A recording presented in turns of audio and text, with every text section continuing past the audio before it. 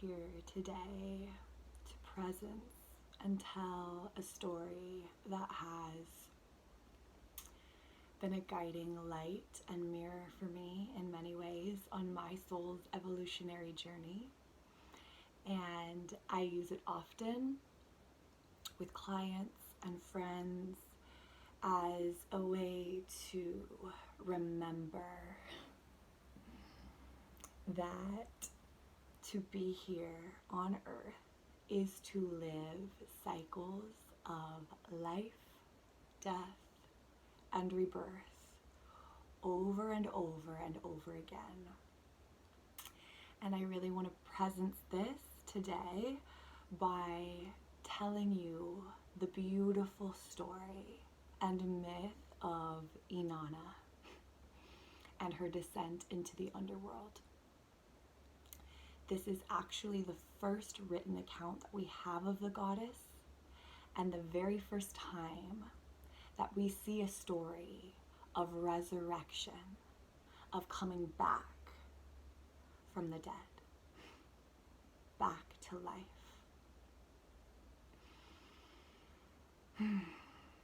The underworld journey is not an easy one. It is not for the faint of heart. And it isn't for every season of life.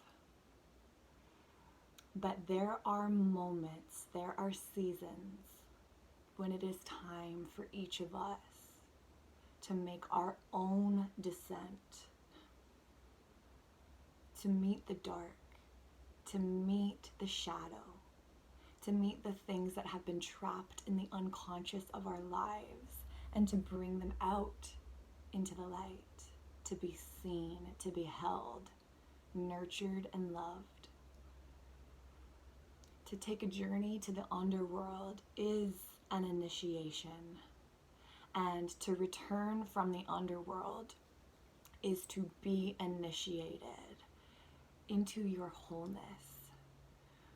So though this journey is not easy, I am so passionate about doing it and about guiding beings through it, because this is where we meet our wholeness, our light and our shadow.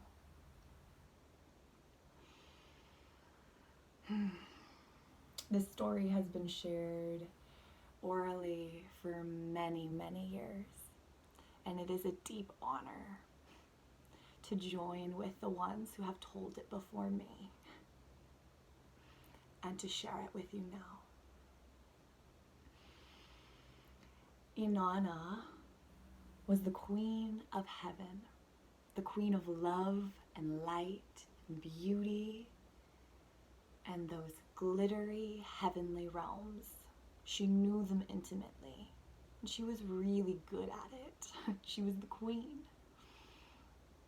She marries a shepherd farmer named Dumuzi, who is the king of earth, the god of earth. And so together, in their union, they become the god and goddess of heaven and earth together.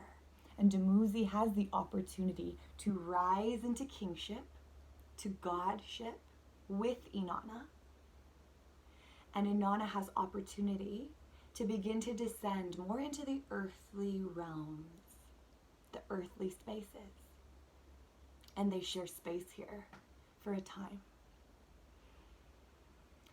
And then there is a moment in this journey where it says in the myth, it's taken from this book actually, would really encourage you to read this yourself, because I feel different pieces of the story speak to different beings in different ways that are intimate and sacred to each one. It's called Inanna, Queen of Heaven and Earth, by Diane Wolkstein and Samuel Noah Kramer. Beautiful red book. But it says in the myth, in the story, that Inanna hits this moment in her journey where it says, from the great above, Inanna turns her ear to the great below. It actually repeats it 3 times. From the great above, the goddess turns her ear to the great below.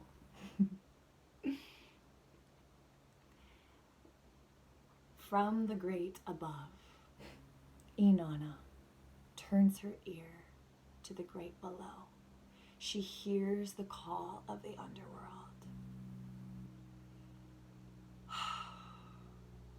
Can you relate to a moment in your life where you have known it is time to cross a different threshold, that there is some sort of a death required, a shedding of an old identity, an old version of yourself, to step into more of your authenticity, your truth, and who you really are?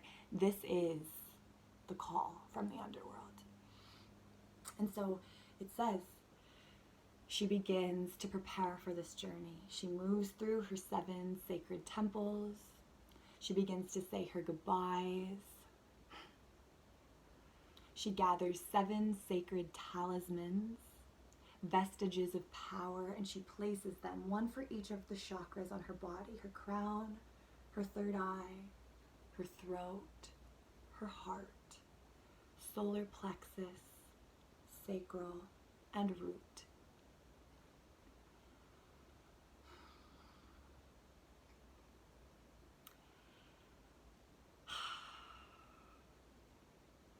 She says to her handmaiden, her dear friend, if I do not return, because they say those who go into the underworld often do not come back. They die and they stay there. So she says, if I have not returned after 3 days, please go to my fathers and petition for me and see if they will come and help me. And with that, she gathers these 7 items and she approaches the underworld. And she actually reaches this very, very first gate where she meets the gatekeeper. And he says, Inanna, why are you here? Why have you come? And she says, I am here to pay a visit to my dark sister, Ereshkigal. And now, Inanna's dark sister, in the story, they are 2 different beings. But symbolically, in the meaning of this myth, they are representing these 2 sides of Inanna as a being. The heavenly side, as she is the queen of heaven, and then Ereshkigal, this dark side, this queen of the underworld, who rules the underworld.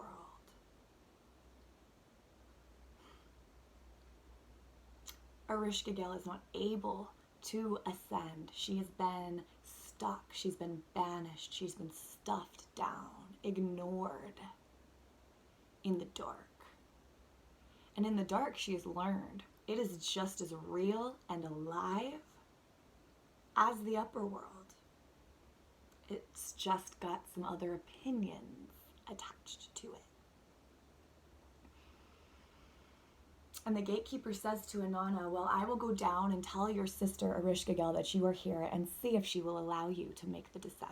And so the gatekeeper goes to Ereshkigal and says, Inanna's here. She wants to come down. She wants to pay you a visit. And this actually makes Ereshkigal kind of upset. And not kind of. She gets angry. And she says, why is she here? Inanna has everything. She's got the light. She's got the love. She gets to be the queen of heaven. Now she's married to Muzi. She gets to also be the queen of earth.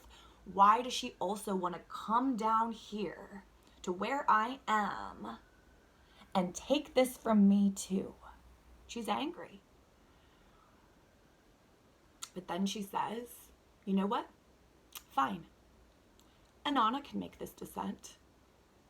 But I will only meet with her if she has removed all of these pieces, these vestments, these talismans that she's surrounded herself with as her identity. I want the real, raw, naked Inanna. And that is the way that I will speak to her. Ereshkigal has lived in the underworld long enough to know it is just as real. And there is value to the dark and to coming to that space, that the rock bottom space, and to see oneself there, and to know thyself there.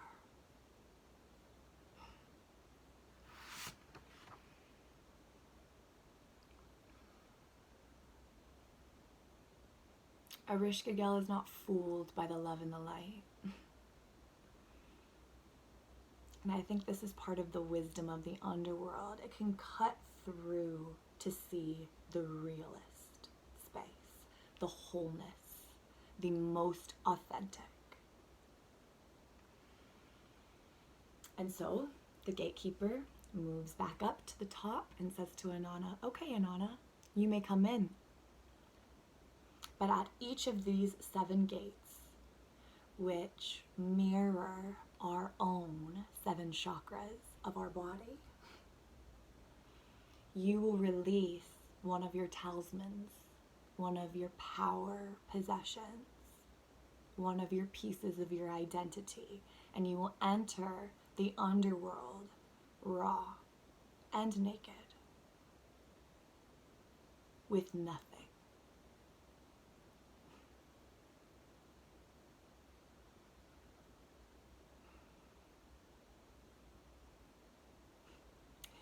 There's even this line that as she softens and says yes to this process and begins to descend at the first gate, she gives the crown. At the second gate, she gives the vestment that's attached to the third eye. At the third gate, she gives up her voice. She gives up her opinions, the ways she thinks she's right. She surrenders her heart medicine. She surrenders her power. She surrenders her womb. She surrenders until she's at that very last gate. She's got on, in this moment I'm seeing just like that last pair of shoes that protect her feet from rocky ground, from feeling pain. She removes those 2. And it's beautiful if you go and read the myth for yourself. It's hard for her to make these sacrifices. This is not easy. It's like these are her identities. This is what she's been known for her entire life. Saying yes to sacrificing this is saying yes to not even knowing if she will come out of this alive. And at each of the gates, the gatekeeper says, "Quiet, Inanna, for the ways of the underworld are perfect." Quiet, Inanna, for the ways of the underworld are perfect.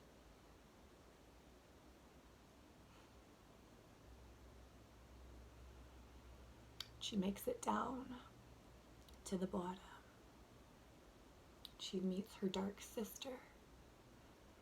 They look in each other's eyes, and Ereshkigal says, "Well, now you are here, in your raw and naked form.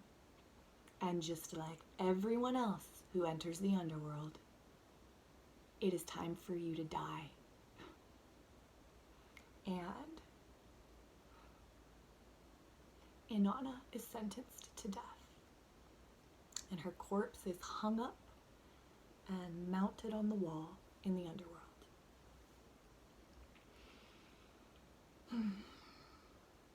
Well, 3 days later, her handmaiden, Ninshibar, hasn't heard anything. It's been quiet. And Inanna has not returned after 3 days. And so, out of loyalty and love for Inanna,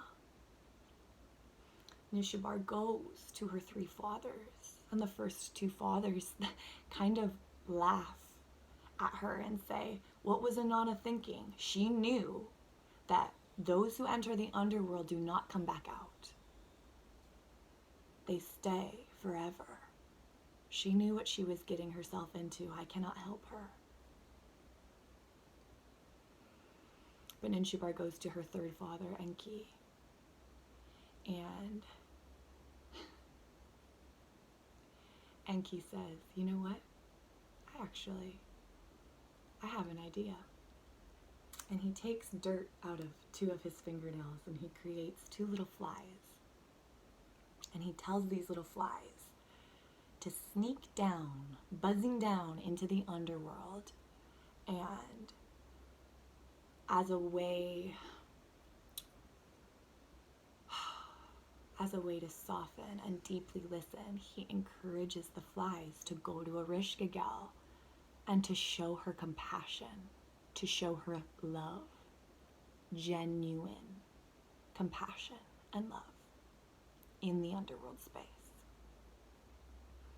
And to see if this will soften Ereshkigal to allowing Inanna to come back to heaven and earth.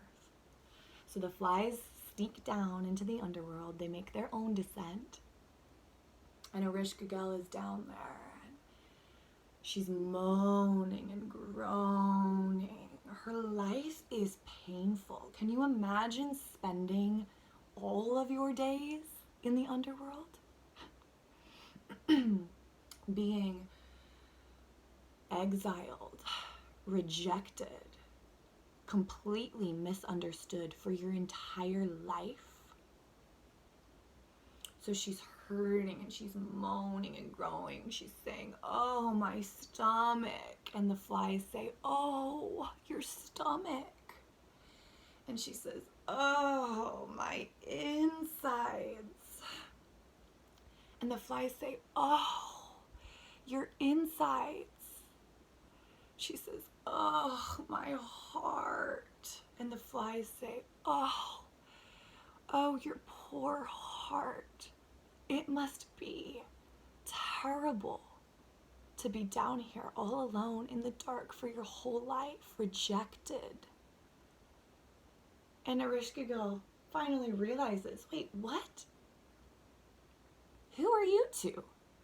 Offering me love, offering me compassion. What can I offer you? Like, thank you. She feels seen. She feels like, oh my goodness, somebody's like understanding my pain for the first time.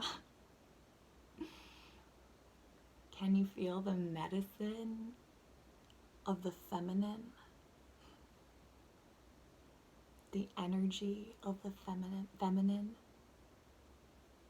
with grace, with compassion, with softness, with deep listening.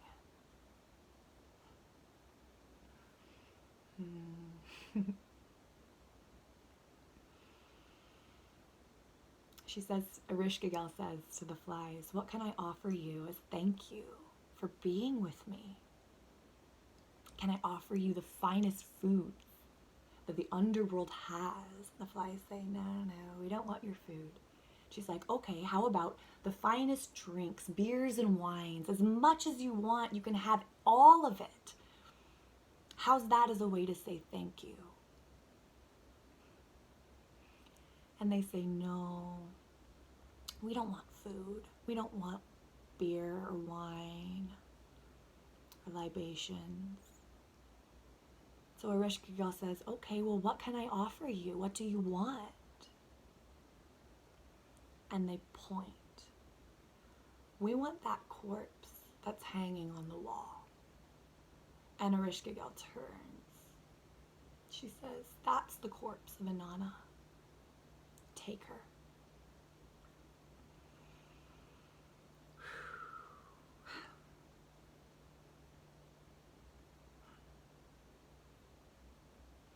And so with that, each fly gives this corpse their own unique medicine, and it brings Inanna back to life. And she slowly comes to her feet, bows to Ereshkigal, and begins to make her ascent. At each of the gates, taking back her talisman. But this time, can you sense that there's a sobering energy here? She's just been dead for 3 days. The life force has been gone from her body. So that sense of that raw, primal, almost veily energy when we're like teetering on life and death. Do you know that? That is the space, that is the energy that she's holding as she takes back these talismans and begins to ascend through the 7 gates and comes back up. But with this mission, Ereshkigal has asked that there be someone to take Inanna's place. And so as Inanna journeys back to her home, there are different beings. At first, the demons that follow her from the underworld to collect the next being, they see her handmaiden Ninshabar and they say, well, we'll take her. And Inanna says, oh, no, not my handmaiden, please. Anyone but her. You cannot take her. And they say, okay, but we have to take someone. So they continue. And they meet one of her sons. And if they say, okay, the demons say, we're taking him down into the underworld. He will take your place. And Inanna says, oh, please, no. Anything but my sons, not my sons. Please don't take them. There's got to be someone else. And the demons say, okay. But someone has to take your place. And they make it back up to heaven where Dumuzi, Inanna's husband, has been almost turning a blind eye to the fact that his wife was in this underworld journey. And he's just been enjoying himself, moving around the heavens as this god, also ignoring the dark, his own shadow, his own underworld journey. He would just rather not look at that. Think about where Inanna is and what she's doing. We'll just stay up here. I am the god of heaven now, after all.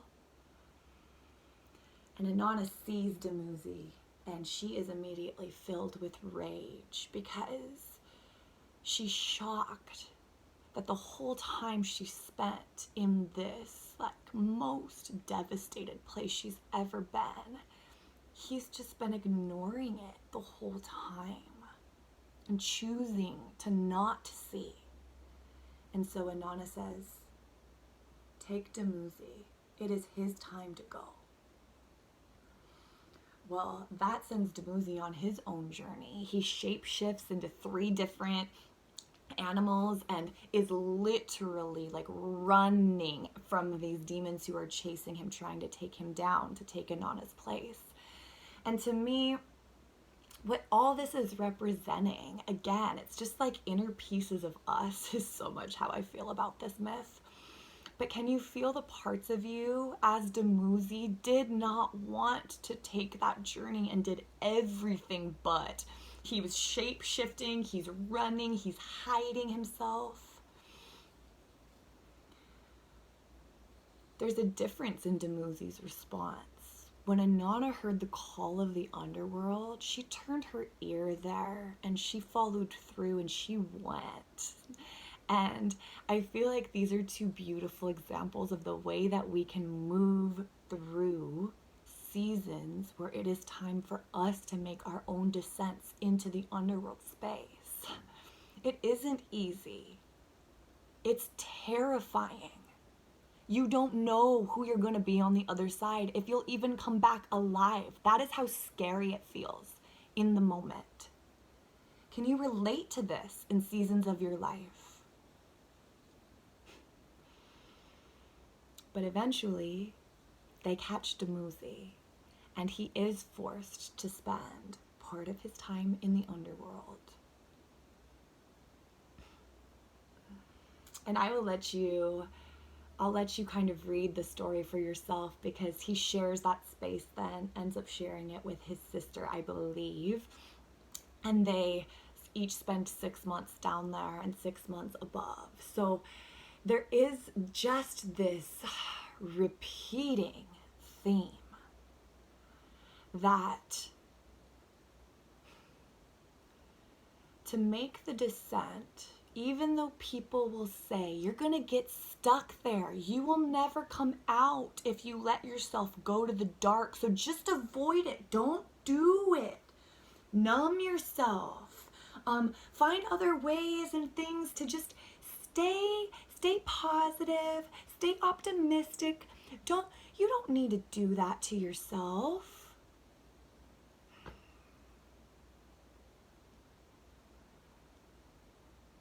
The underworld journey is necessary. And so much of what the truth is, as we all step into our own divinity within, which includes our humanity, it is a both and. It means being queen, king of the heavens and earth, and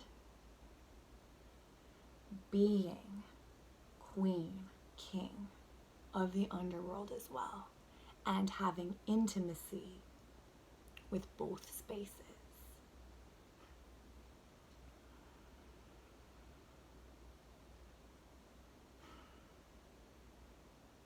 When we know the underworld, when we have created intimacy with it, we are actually able to become these beings that are like alchemical magicians, able to work with shadow and light, the darkness and the illumination. And we are able to hold both inside ourselves. And finally, in that space, we are able to say, I know myself. And one of the most ancient teachings that was inscribed over temples for thousands of years was the phrase, know thyself, in all forms.